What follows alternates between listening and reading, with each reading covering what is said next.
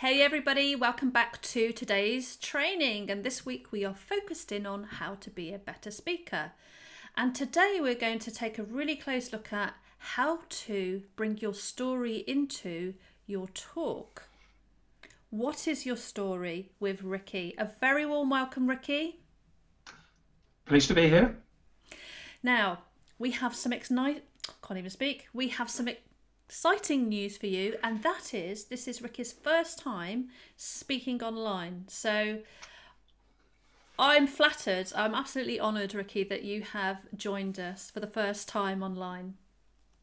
Well, there's lots and lots of years of speaking live, but yeah, it's an interesting challenge because a lot of the time I engage with the audience very, very much, and I found preparing for this and getting sorted out for this that I really missed that ability to be able to engage with the audience. So I shall keep engaging with you and expecting a response. Yeah, it's been very interesting, very good journey for me at the moment.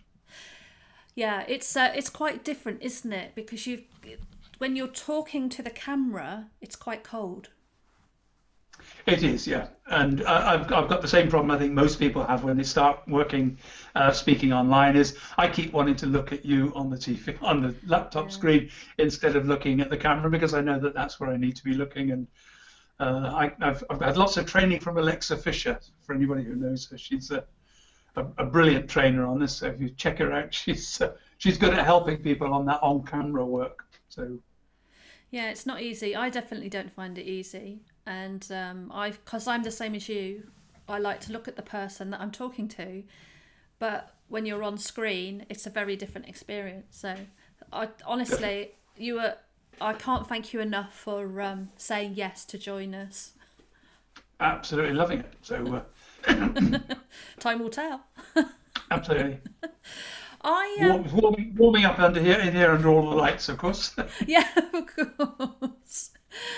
I discovered you, Rikki, on YouTube, and it was a video that I watched. It was a TEDx talk, Yes. and I was just absolutely fascinated by the way you had woven your story. Well, it's not a story, your own personal experiences into your talk, and that's why I invited you onto the summit to have a discussion around how you do that.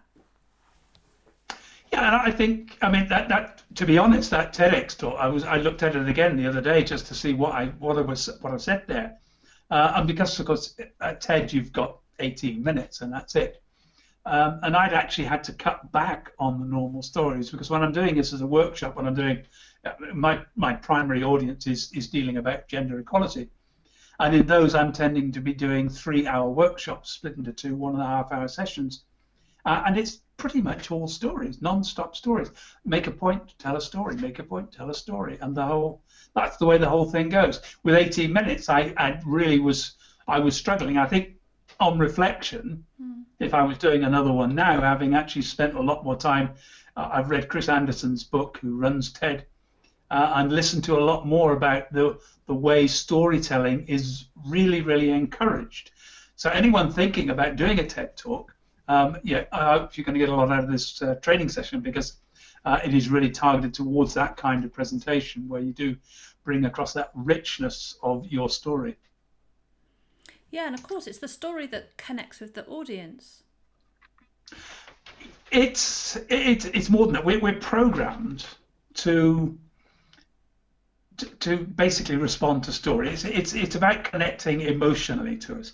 And if you think about it, I mean, as a speaker, I'm an expert who speaks for a living, and it doesn't matter whether I'm doing that online or whether I'm doing it face to face.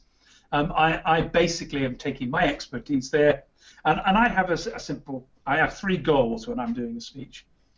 First one is I want you to remember my name, and that might seem a really obvious thing, but I will bet there are loads of people listening to this who've been to conferences, been to stuff on the, been to webinars, attended webinars online. They've gone away and they can't remember the name of the person they've just been listening to. More importantly, my second goal is I want you to remember my message, what it is I talked about. And I think probably 90% of all the presentations I've ever heard, I've forgotten almost all of the presentation by the time we got to the coffee break. Because people don't start out with a view of saying, I want people to remember this. Yeah. And what they do is they use lots and lots of facts. And I'm going to come back to that in a minute, because facts don't work. Our brains are not programmed to hold facts and keep them in. And my final goal is I want you to take some action. Now, whether that's just I want you to go out and be kind to trans people, that might be one of my goals if I'm doing a trans awareness workshop, or I want you to sign on to my website and log in and get my newsletter or my blog, or I want you to click and buy a course. It doesn't matter what it is. At some stage, I want you to get my message, be inspired, click, do something, vote, whatever it is. I want you to take action. And that's what we're at Speakers. I believe our goal is to change behavior. I want you to do something differently. Now, the thing I've learned about that is that if I ask you to do two things, you'll probably do nothing. So it's really important that I try to keep it down to a single thing. And when it comes to the stories as well, single focus is really, really, really important. You've got to really keep it down, because we can't take too much in. If you give us lots and lots of ideas and lots of information, eventually it just all floods out. The brain goes, oh, forget that, I can't handle all that lot. And we lose it all, and we lose even the most important points. So, the goal, a lot of the goal with our stories, well, I'm going to go right back to Aristotle, and I'm going to bring out Aristotle in a couple of times today, but this is the first one. Aristotle came up with a concept of persuasion. How do you persuade people? And this is where we get into the importance of storytelling. And he said there are three areas. It's ethos, logos, and pathos. And ethos is all about credibility. Now, for all speakers, the most important thing we've got to try and achieve is that we have to speak about a subject about which we've earned the right to speak. And I think it's very dangerous if you get drawn into speaking about something that you haven't done. Yeah. You asked me to come along on here, not because you heard me speak about it, but because you saw me doing it and want me to actually try and share, how do I do that, what do I do? The second area is logos, and that's all the facts and figures, and we need some. If you don't have any facts and figures, then sometimes you can't give credibility. But the ethos is about credibility, logic and facts, but about 65% of the presentations, if you look at the best presentations, some of the best presentations that have got the highest number of views on TED, about 65% of the talk has been stories. And they engage people, and they engage them at an emotional state. Now, I was reading the other day, Jennifer Acker from Stanford University in America. She did a little bit of work. She had a bunch of students, and she said, I want you to do a 60-second pitch. Just pitch your product for 60 seconds. But she caught hold of one of the students. She said, like, what I'd like you to do is I want you to tell a story. Everybody else is not going to be pre-briefed. You're the only one who's going to tell a story. So they all pitched their stories. At the end of it, she asked all the students to write down what they'd remembered from the pitches. 5% of the students remembered the facts that had been put across. 63% of them remembered the story. Wow, big difference. What she came up with, she said that, in fact, our brains are hardwired to remember story. It's all about emotion, and over 20 times more memorable than facts and figures and information. So that's the level of difference. If you tell a story, people will remember it. But also, because it's your story, it's easier for us to remember it as well, so we can take it. So I've made some notes about things I want to say, but the stories, I've just written the story title. I can jump into, as I've just already been doing with a couple of things. Now, it doesn't have to be a story about me. It can be stories about all sorts of things. But if it's a story about me, if it's part of my story, it's my experience. I don't have to remember that. I do have to structure it. Because if I don't structure it, I might be in all sorts of benefits. So we get about 4 benefits out of using stories. The first is that it creates an emotional connection with the audience. That means that they start to trust. When I tell my story, I don't hold back. I'm going to tell people about some of the really awful things that happen if you change your gender and if you suddenly become different. And because of that, I have people that they're on my side. They're beginning to feel, oh my God, why is that happening? Why can that be? And as a consequence, they then are much more open to listening to how we can overcome that and prevent it happening to other people. It makes my speech much more entertaining because I can get into a story and create characters, and I can get back to I did acting training at college, and it's probably why I got into speaking. It's good fun. So it makes the speech more engaging. We can be more entertaining and more persuasive because people are more likely to respond if they've been emotionally engaged and they remember it. And if they go away and they have to take some action later, well, if they can't remember the story, they're never going to remember what to do. But if they've remembered the story, then they will take some action. And so there we go. So it creates emotional contact, makes it more engaging, more entertaining, persuasive, and makes the whole thing more memorable. So that's, to me, is the, if you like, that's the start. That's why it's really important that we have to start thinking about using stories more effectively. That's really interesting. It sounds like it's a big must. Absolutely critical. Yeah, if you want to be a successful speaker, tell stories. Yeah. And that's it. What would you say to people who, because I have, obviously we all have a story, but I have quite an emotional story. And okay. I guess one of my fears would be around, or my anxiety would be around, well, how much of the story do I share? How do I manage my own state? Yeah. How relevant is it? How much do I give them? Those sorts of things. I have had to hold back tears on stage on a few occasions. And that usually is a signal to me that the story's still too new. Okay. It's still a bit raw. So I think sometimes the story just isn't ready. And you have to wait until your story is ready to tell. And if you've been through some traumatic experiences, someone has just been through cancer and is just on recovery, and I've seen them almost crying on the stage, and I find that sometimes uncomfortable. So I think you've got to be a little bit careful to say, right, has this story actually got to the point where I am comfortable about talking about it, comfortable about telling about it? And I think that there are other things that people get uncomfortable about when they're thinking about how to use a story. I once was at a large conference, and one of the top speakers in the UK at the time got up and started to deliver a speech. And the moment he started it, I thought, oh, I know this speech. It's not his. It was actually a extraordinarily well-known speech from a great preacher called Norman Vincent Peale. And I've been a great fan of his. He did the same speech, that's all he ever did, called Why Positive Thinkers Get Positive Results. And the bit about the story that was being delivered was one I knew off by heart. I'd listened to it so many times. But at that moment, the speaker lost all credibility. Yeah, of course. It wasn't his story. He was telling it as if it was his story, but it wasn't his story. And I completely lost. In fact, I left. And I wasn't the only one. A whole bunch of one or two other people, a lot of people who haven't been around the speaking industry very long stayed, but all the sort of established old hands at the time just thought, forget it, I'm out of here. And to be honest, I hardly ever saw him again after that as a speaker. He just disappeared. I won't mention his name because it's not. Yeah, no, please don't. I might have to beep you out. That'll be fast. We're not going to do that. I also I think you've got to be careful about, is it your own story or do you use other people's stories? Making sure that it's not too raw is one thing, but also looking at, I know some people get uncomfortable.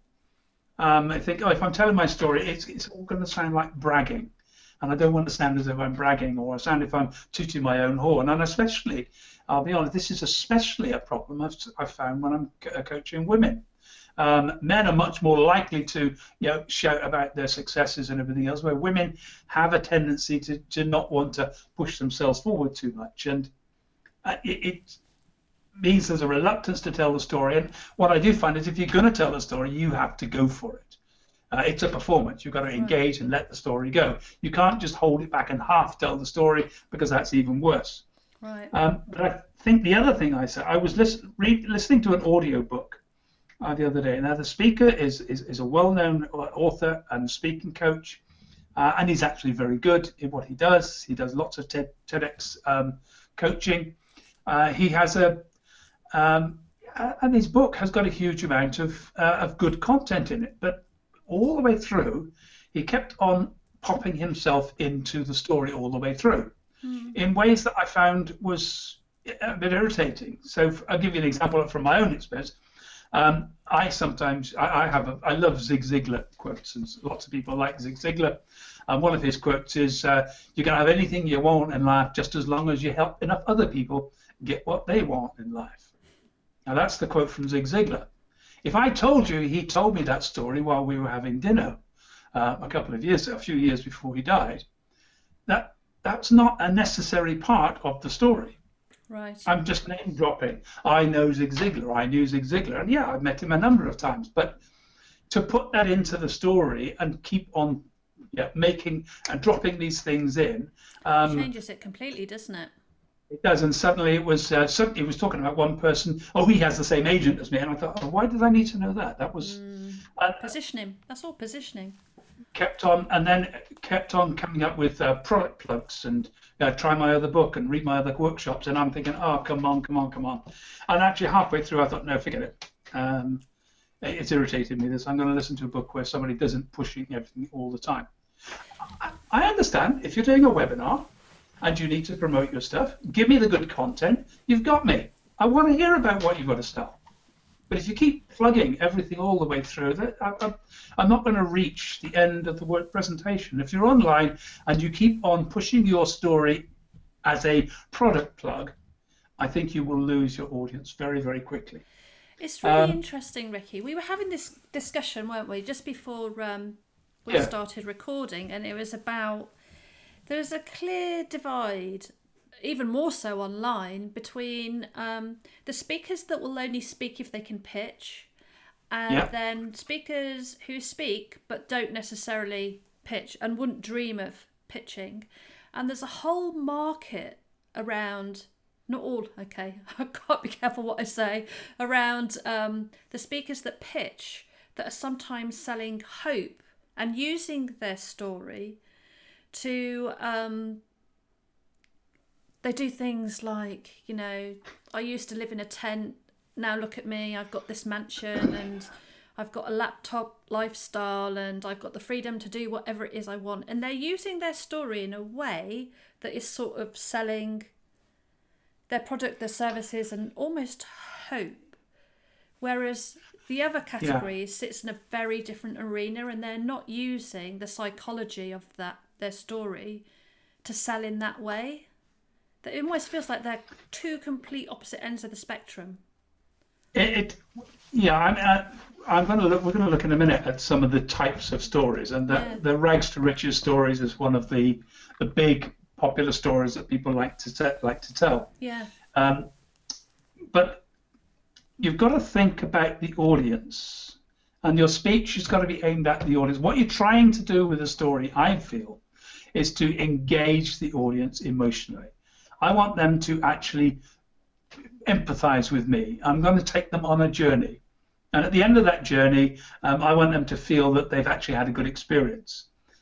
There's been some research that was done that found that if you, it was at Princeton University, and they took a group of people who were telling stories, and they took a group of people who were listening to the stories, and they wired them all up to MRI scans. And what they found was happening was that the brainwave patterns for the storyteller and the story listener matched.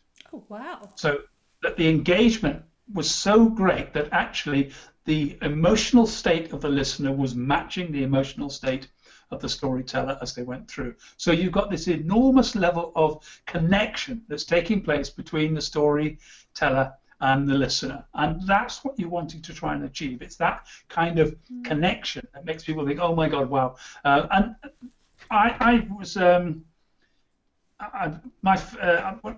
set up the Professional Speakers Association in 1999, and that was partly done because I'd gone to NSA and attended a big convention. I attended one in 1995, and there's a guy there who used to get up on the stage. He's a blind pianist, and he would listen to all of the speakers, and then when they'd finished a speech, he would go up on the stage, go up to his piano, and he would sing a song he had just written, which encapsulated what their talk was about. Amazing. Absolutely awesome guy. So we began to somewhere around about 99, and he'd been doing it every year. And the new president of the NSA said, I don't want him this year. We want to do something different. We're doing it every year. It's getting a bit samey. So they said, well, we already booked him. They said, well, ask him to do a keynote speech. Well, they went to Ken. They said, would you do a keynote speech? Ken said, I've never done a speech in my life. That isn't what I do. So he was successful in getting some of the best speaker coaches in America, members of the NSA, to help him put the speech together. His speech was entitled, The Magic Begins When the Speaker Listens. He spent the first third of the speech talking about his life, his own personal life, growing up as a young blind lad. He then did some work and interactive work with a few people in the audience, trying to get them to listen and feedback. And then he got people to tell him some of their stories about people who had influenced them, and he created a song about it. Now, that was 15 years ago, that speech. I remember the title. Wow. I can still be there as if I was there. It was packed with stories. It was packed with engagement. It's probably the best speech I've ever heard in my life from someone who wasn't even a speaker. But he used story in such a way that it was just an unforgettable speech. Other speeches, I couldn't even remember what they'd said after they'd finished. It was gone. So I think the other area you've got to be a bit careful about on stories, and this is something I've had to be a bit wary of. I did quite a lot of research when I did my master's degree in gender. And out of that research and out of work I did subsequently in the transgender community, I picked up lots of stories of other people's stories. And some of them were just too good to not use. So one particular woman had a problem. She was changing gender and she'd gone to work and she found that some of the staff really didn't like it. And they had a really big objection to her using the female toilets. So they went around the staff and they got 40 people to sign a petition to stop her from using the toilets. Now, I told this story at my workshops and I got people to discuss how they would handle such a problem if it happened in their workplace. And one day I sort of was asking a few questions and a woman put her hand up at the back and she said, I am that person. Oh, wow. She knew the story was about her. I didn't have her permission. I hadn't talked to her about it. I had used it because I thought it was a great story, but I was suddenly really embarrassed. Now, as it happened, she was comfortable that I'd used it. She was actually helpful later in working with us, but it might not have been the case. So I think you've got to be really careful, even if it's your own story, to be careful that you're not involving other people and outing other people. Yeah, that's a very good point. So you've really got to watch that. You watch your confidentiality. And the other people think is about using other people's stories. You go to a presentation, you hear a great joke from a comedian, you go and tell it down the pub. That's fine. But if you get up on stage and tell that, that's theft. That's copyright. It's their story. Most speakers acquire signature stories, and I'm sure nearly everybody listening will have heard about the starfish story. I haven't heard about the starfish story. I'm not going to tell the starfish story right. Moving on. But it's just it's one of a group of stories that everybody's heard. They're these motivational stories about that don't people don't do it. I know, because no, please don't tell that story. No, I've heard it so many times. And I think this is the problem. I also know of a great speaker who turned up at a conference, he did his presentation, and the audience was dead. Absolutely, completely dead. And he came out, he said, I don't understand it. He said, that normally goes down a storm. He said, one of the speakers last year did the same talk. Oh dear. Was it his talk? So it was his talk. It was his signature talk. So you've got to be very careful. Even if you've got permission, my advice to everybody is, Don't use other people's stories. You have so much good content of your own. You don't have to go off using other people's stories. So that's going to bring us to the next question of where do we find good stories? Oh, I didn't even need to ask it. Look at that. You didn't need to ask that one because I'm already there. My advice is start with a timeline. And just write a timeline of your life and just start putting down on that timeline all the things that have happened that have been significant. In particular, what you're looking for are where were the moments when you suddenly shot off at a different direction? That something happened. Let me try and give you an example about this one. I'm not going to tell the whole story. I just want to illustrate the point that happened. I just got married, and my young son had just been born. We'd lived in London, and was shot up to. We got a good mortgage and bought a house in Bedford. And so we went up to Bedford, had a lovely little detached house. And what I found is the moment we had a detached house, everybody wanted to lend us money. Our friend said, "No, have the car. Don't need to pay for it now. Pay for it later." Somebody else said, "Oh, you have the washing machine. No, so pay us later. Have the carpets. Pay us later." Everybody was pouring credit onto us. And then I sat down one day and thought, "Oh, bugger. I don't have enough income to pay the outgoings."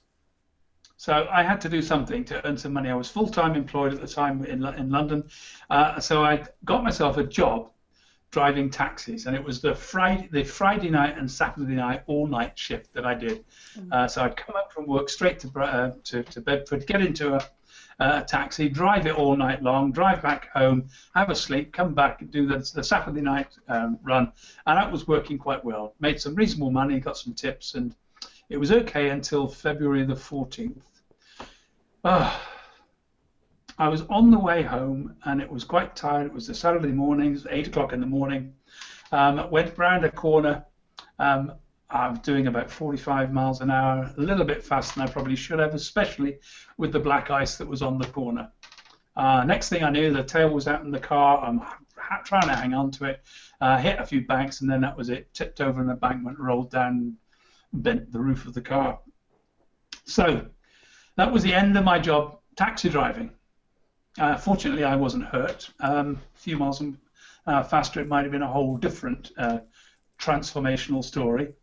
But on the way home, I grabbed a newspaper. I thought, I'm going to have to do something else. I'm looking through this paper, and in it, there's somebody advertising. They wanted salespeople to join a multi-level marketing company selling cookware. Applied for it, got the job, and actually a couple of months later, the people who'd recruited us said, "Look, we're giving this up," and they gave us all their parties and everything else. I made more money in the next 6 months per month in that part-time job than I did in my full-time job. Wow. And as a consequence of that, the whole of my career redirected. I ended up in sales management, marketing, all because I crashed a taxi one Valentine's Day morning in 1977. Now, lovely story. A story. It was a simple little story. It's actually bigger. I can do more to it. I can actually make that into a sort of a long story. But it's just a simple thing that happened in my life, and sometimes it is really, really quick. I have another little story that I'll tell, which it wasn't me. I was just going for a walk in a park. I used to live in London, and we went out onto Wanstead Flats, and I was just taking this little walk one morning, and up ahead of me, I could see a young mother with her child. Now, there was a big tree had fallen down. They'd cleaned it up and cut it down, just left it there for the kids to climb on. And this little 3-4-year-old kid was standing up on top of this big trunk, and I could see his whole body language moving as he's preparing. He's gonna leap. He's gonna leap.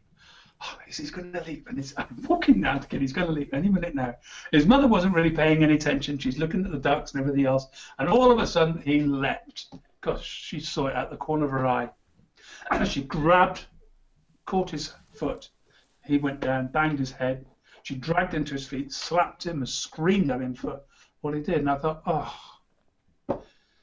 I wonder how many times in that child's life in the future he'll have reached the point when he was about to make a great leap.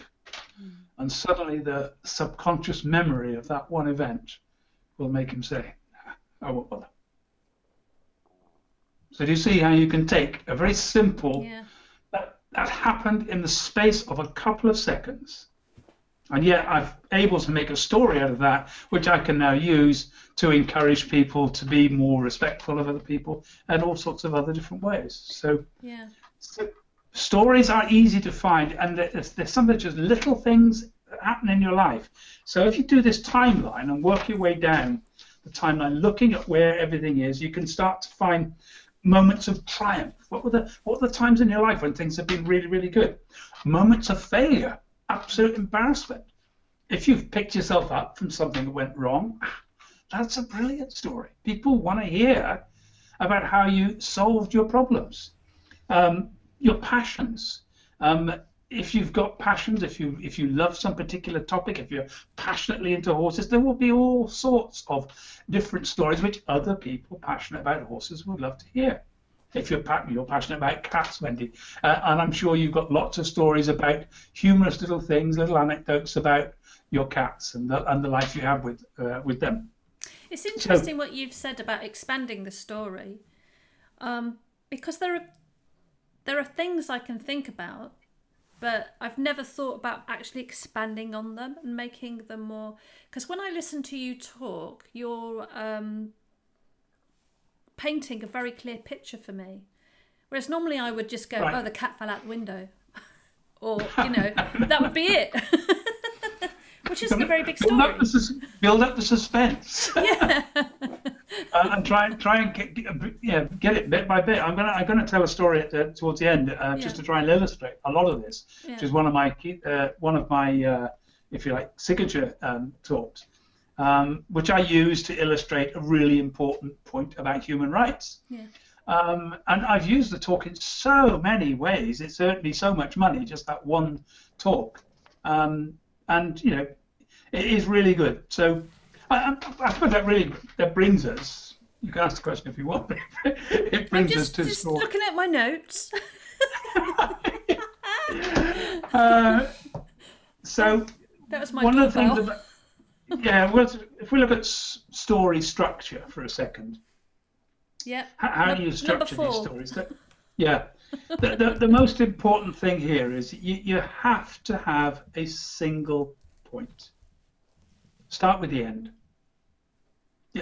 Stories have to have a purpose. You don't just tell a story because it's a good story. You tell a story because it makes a point. It illustrates something. And there's a friend of mine in the States who does a lot of teaching, story theatre, guy Doug Stevenson.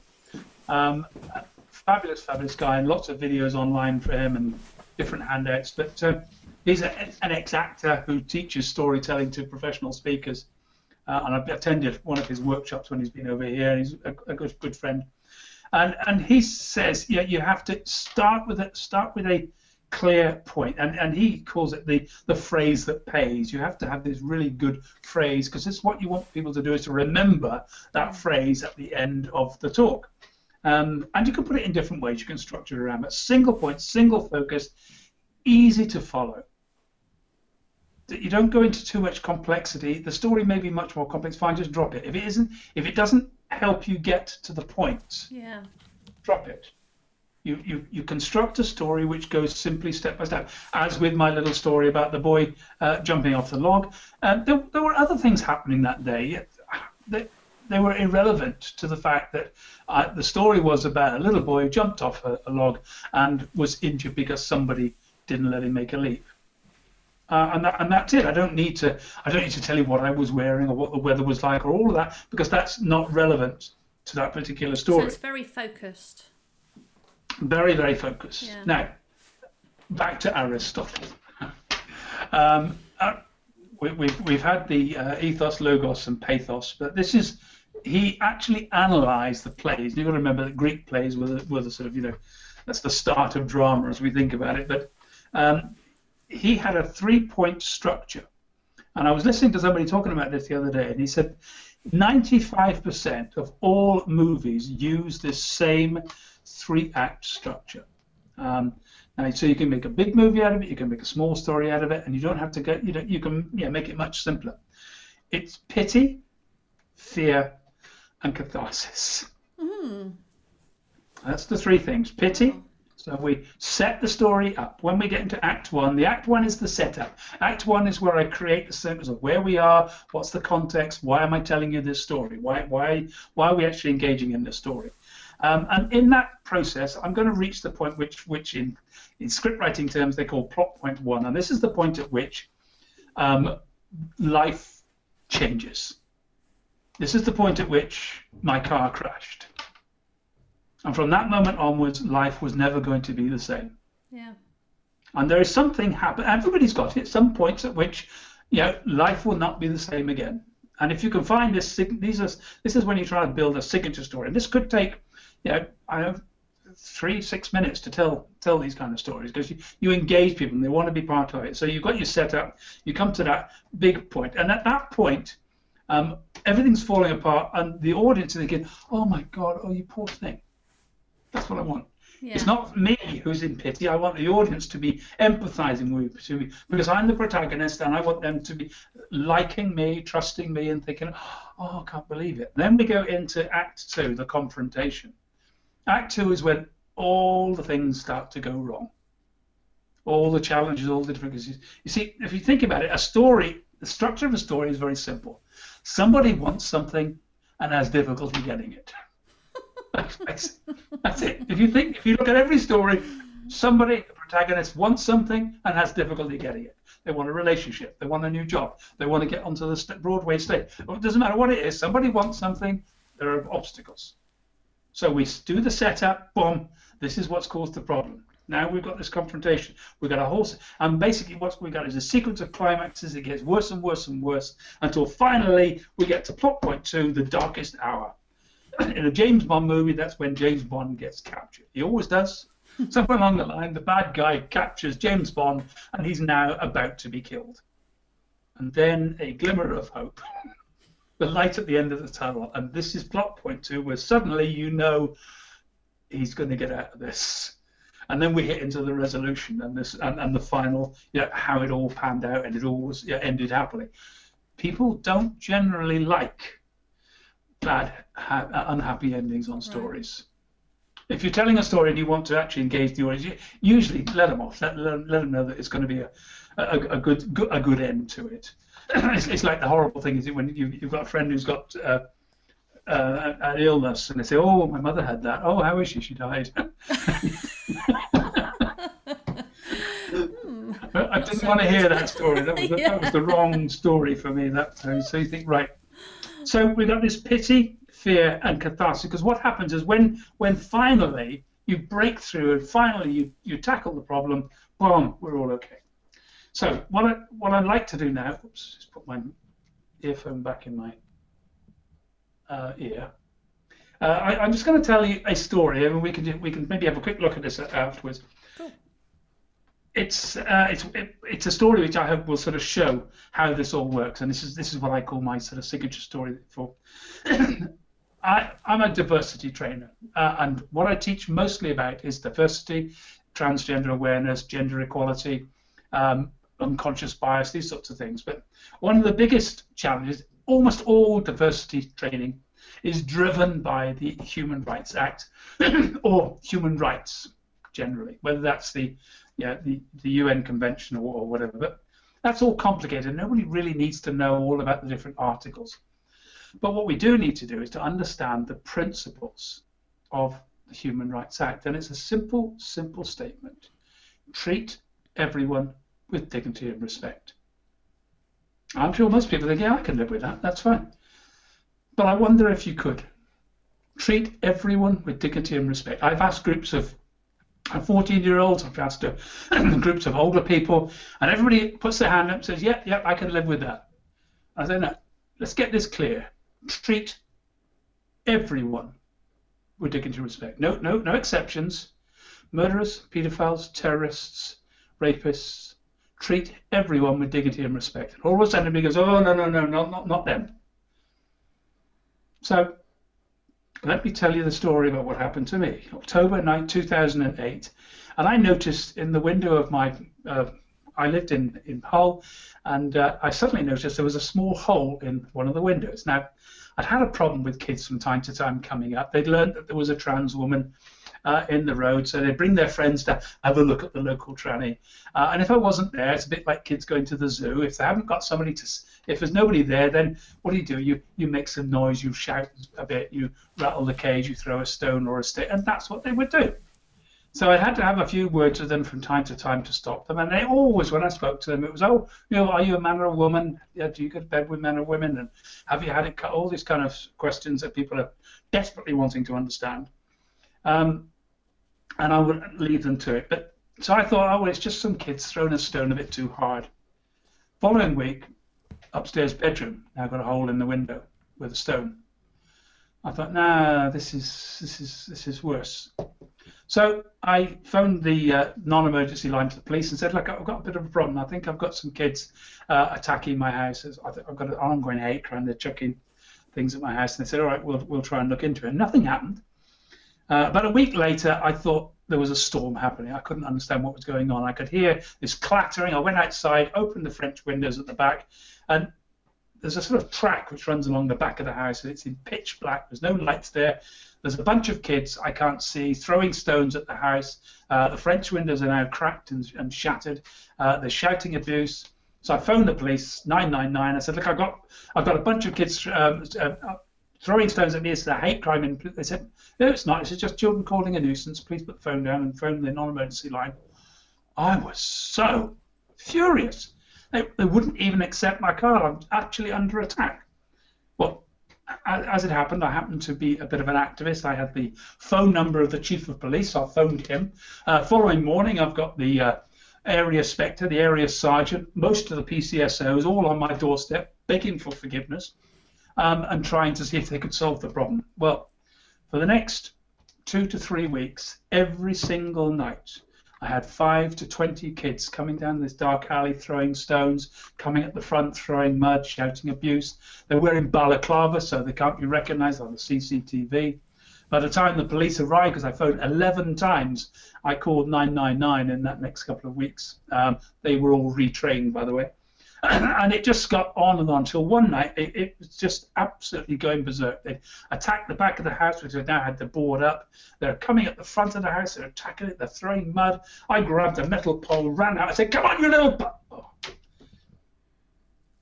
Treat everyone with dignity and respect. I thought, forget it. I just want to kill these little... I was so angry. There's a kid there standing with mud in his hand. I said, go on then. He said, well, you've got a pole. I said, all right, I'll put the pole down. Why are you doing this? Ooh. Are you a man or a woman? It sounds odd, but actually that was a really good question. Because I said, well, why are you doing this? What's going on? And before I knew what had happened, I've got 20 kids standing around me on the green outside my house. We're doing a trans awareness workshop, and I'm answering all of their questions that no one's ever answered about trans people. And I never, ever had another problem from that day onwards. The police arrived, they took a few names and addresses, most of them just scattered and disappeared. But that was the end of the problem, because I had treated them all with dignity and respect. What would have happened, do you think, if I'd hit one of them with that pole? Yeah, I would have been arrested for attacking the kids. The parents would have then been against me as well, and I would have lost all my credibility. So I learned the really hard way then that it doesn't matter what it is, you treat people with dignity and respect. Doesn't mean you don't punish them, it doesn't mean they don't get arrested, doesn't mean they don't have to have some penalty, but if you treat them with dignity and respect, ultimately equality will win. So that's my little story. It's nice how it all comes together, because you take me on a complete journey of the experience. Yeah. Yeah. Which is the idea. That the whole thing is I want people to be there with me, to see through my eyes what was happening, to begin to experience and wonder how terrifying this might be for 20 kids attacking your house, attacking your home, the possibility of them breaking in and spray painting your house, all these sorts of things. So, but that's had a lot of work. I've cut lots of bits and pieces out. Yeah. There's stuff I can even cut out from it now. If I had less time, I can compact it down even more. Or I've actually got more stuff I can actually expand it. And I've got quite a lot of stories like that, which I just drop into my presentation. And everybody's got those stories. You just need to look at them. And I think you need to think about, just to finish up, I play with voices, but you'll probably notice as I was doing that as well that I built up the speed at sometimes and then slowed it back down again. I was so engrossed with the story, I didn't notice that. Well, think about it. This is what happens.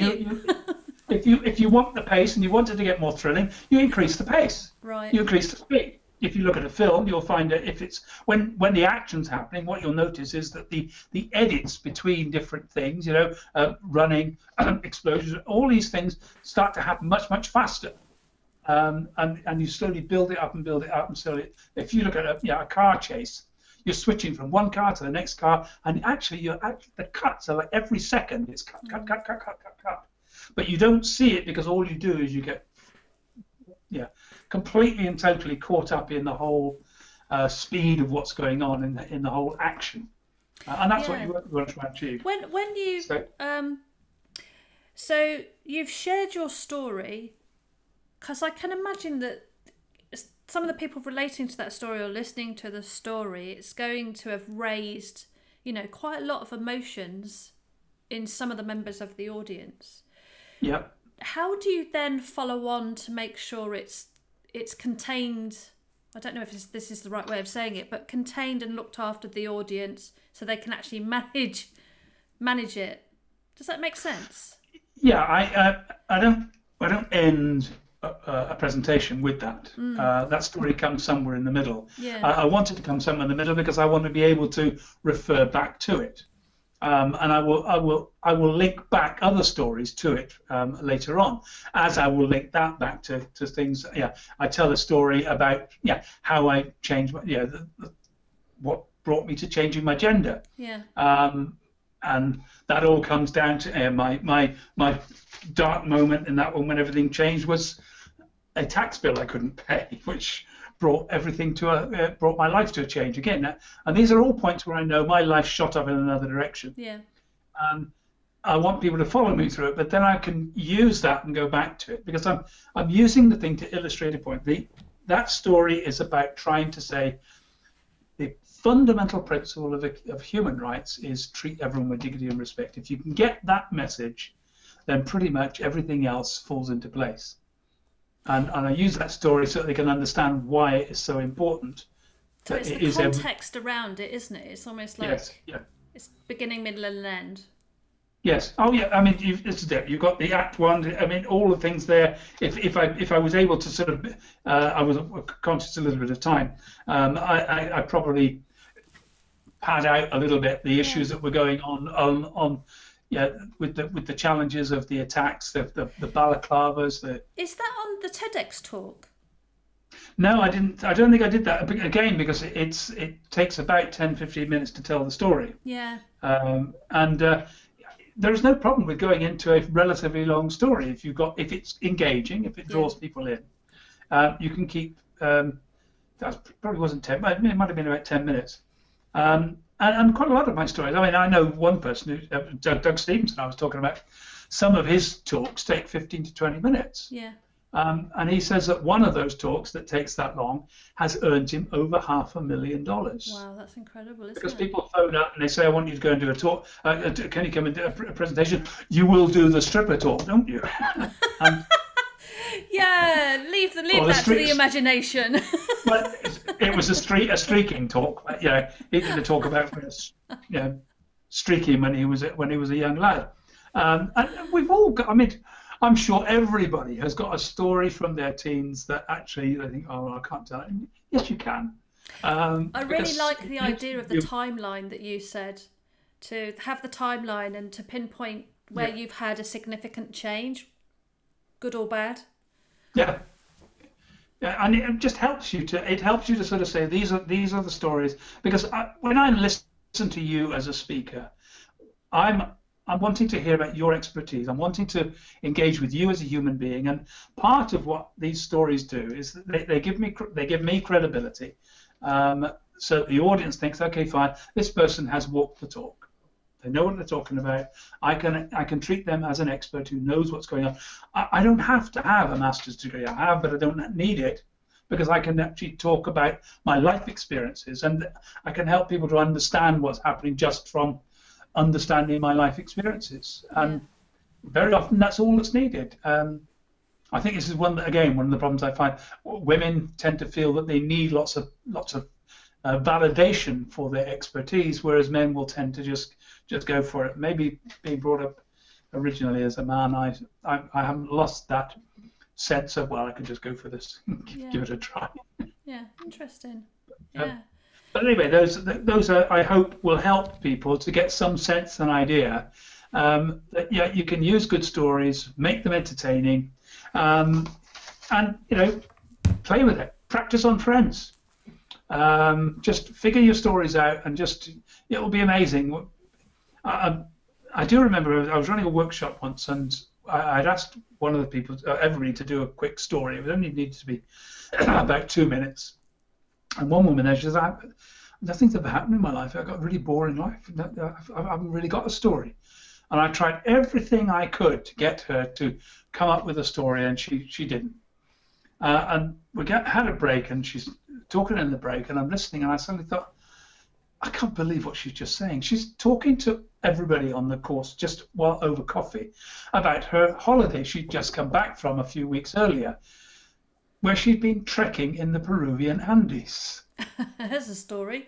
I said, do you not see that that's a story that people would love to hear? She said, well, it was just a holiday. I said, no, it was a holiday of a lifetime that other people will be dreaming of, and they would love to hear your experiences. Just for 2 minutes telling them about what it was like to do that. I said, don't underrate yourself. We all have an amazing library of stories, and we just need to bring them all together and start using them to make the points that we need to make and to give ourselves credibility. That has been absolutely fantastic, Rikki. Thank you so much. My absolute pleasure. Rikki, how can people get hold of you? Simplest way, I've got 2 websites, genderspeaker.com, which is my gender site, and rikkiarundel.com. It's RIKKI, so if you get it, which is the speaking site. I've not been doing much on the Rikki Arundel site, but that's going to actually change. There's going to be quite a lot of new posts and things going on there over the next few months. But there are forms on there to contact me. If anybody wants to contact me, they're perfectly happy to do so, and happy to talk to people. Yeah, and I'll put them below this video as well, below the training video. Excellent. So people can access those. All down there. Thank you. Yeah, easily down there. So, yes. Rikki, has this been your first experience speaking online? How have you found it? It's been great, and I think it's been actually good that we've been able to interact and talk. And I know once I get into the flow, that's it. It's just getting into the flow, and yeah, it's been great. I've really enjoyed it. Thank you very much for inviting me. It's been very helpful. I'm absolutely delighted that you joined us. I can't tell you. I was so excited when you said yes. Well, storytelling's it's an important craft.